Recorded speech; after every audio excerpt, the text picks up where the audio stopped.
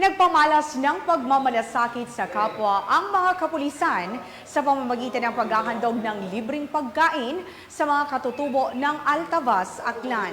Ang report mula kay Patrolwoman Andrea Dominic de Palubos.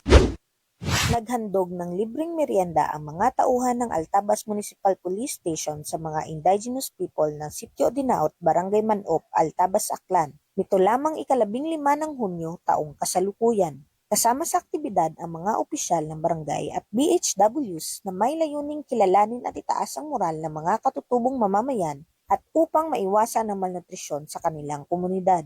Labis ang pasasalamat ng mga katutubo sa handog ng kapulisan at ng lokal na pamahalaan sa kanilang lugar. Ang ganitong aktibidad ay nagpapakita ng pagkakaisa at pagmamalasakit ng mga kawani ng pulisya at lokal na pamahalaan sa mga katutubong mamamayan at naglalayong magbigay ng suporta at magtaguyod ng mas maayos na pamumuhay para sa lahat.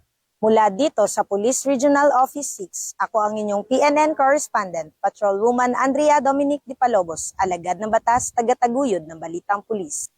Salamat, Patrolwoman de Palubos.